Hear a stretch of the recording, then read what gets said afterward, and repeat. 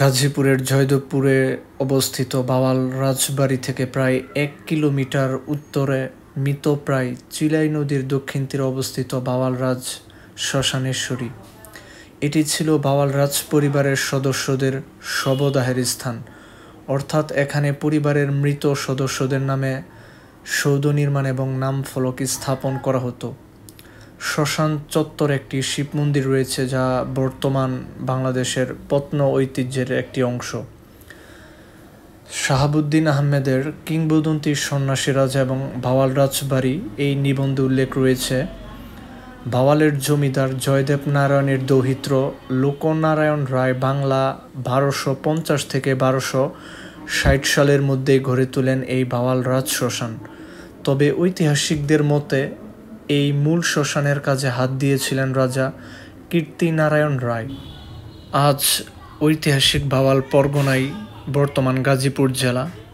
ভাওয়াল রাজারা না থাকলেও তাদের এই স্মৃতিচিহ্ন বা স্মারক গাজীপুরে রয়ে গেছে।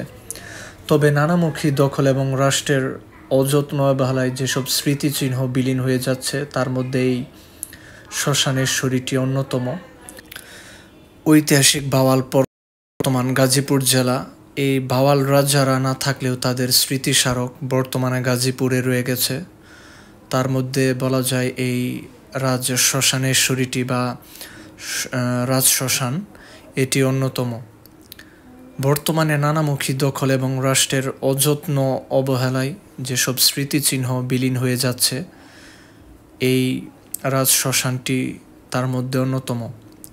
এক সময় প্রচণ্ড প্রতাপে ভাওয়াল রাজারা তাদের জমিদারি দেখাশোনা করত এবং পরিচালনা করত, কিন্তু ইতিহাসের ধারাবাহিকতায় বা ইতিহাসের অমুক সত্যে তাদের জমিদারি বর্তমানে বিলীয়মান এবং তারা সকলেই গত হয়েছে, কিন্তু তাদের জমিদারির বা তাদের শাসনের বিভিন্ন নিদর্শন বর্তমানে টিকে রয়েছে।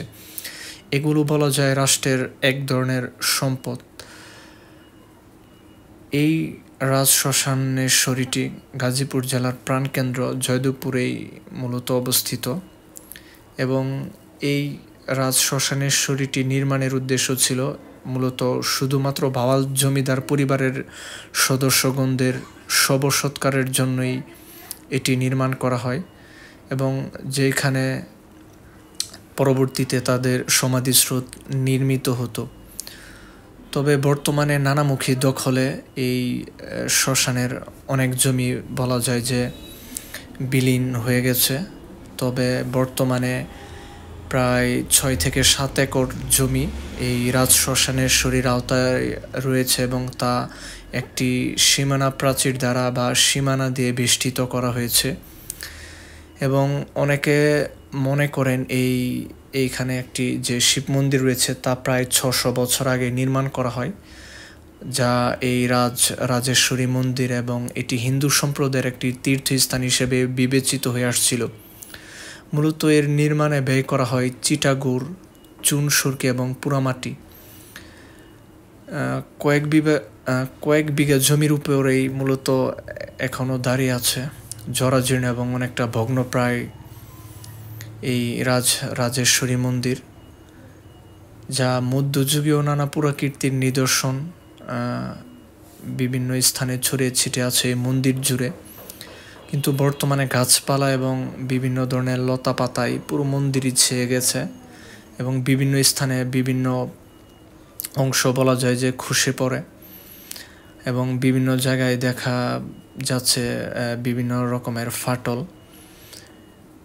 মূলত এর ভেতরে ৪ থেকে ৫টি ভাগ আছে এবং এর প্রথম ভাগের যে চারপাশ তার মধ্যে রয়েছে ঘূর্ণমান একটা টানা অলিন্দ এবং মন্দিরের পেছনের যে কোণ তার মধ্যে একটি ছোট কামরা।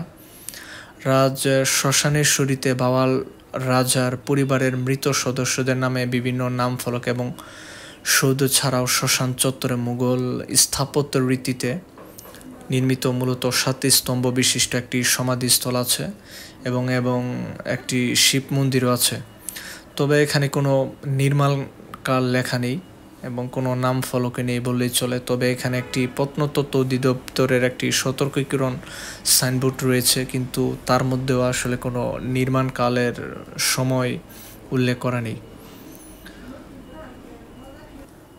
বর্তমানে প্রতিদিনই বাংলাদেশের বিভিন্ন জায়গা থেকে ঐতিহাসিক এই রাজশ্মশানটি দেখার জন্য লোকজন জমায়েত হয়। তবে অতীব জরুরি এটি সংস্কার, এবং এটি সংস্কার যদি না হয় বলা যায় যে কালের স্রোতে হয়তো এটি বিলীন হয়ে যেতে পারে, যেহেতু এই স্থাপনার চারদিকে বিভিন্ন ধরনের লতা গুল্ম লতা পাতা জন্মে অনেকটা বলা যায় যে জীর্ণশীর্ণ অবস্থায় বর্তমানে রয়েছে। এগুলো বলা যায় যে বাংলাদেশের একটি সম্পদ, এবং যারা ইতিহাস প্রেমী রয়েছে তাদের কাছে এটি বলা যায় যে বিশ্বের এক অপার বস্তু বা অপার নিদর্শন বলা যায়।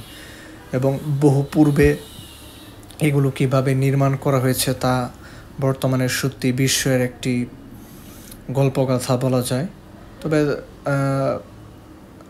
অনেক ঐতিহাসিকের মতে কলকাতার বিখ্যাত স্থপতি কামাখ্যা রায় এই স্থাপনার নকশা করেছিলেন বলে প্রতীয়মান হয়, যেহেতু ইতিহাস সবসময় একই দ্বারায় বহমান হয় না।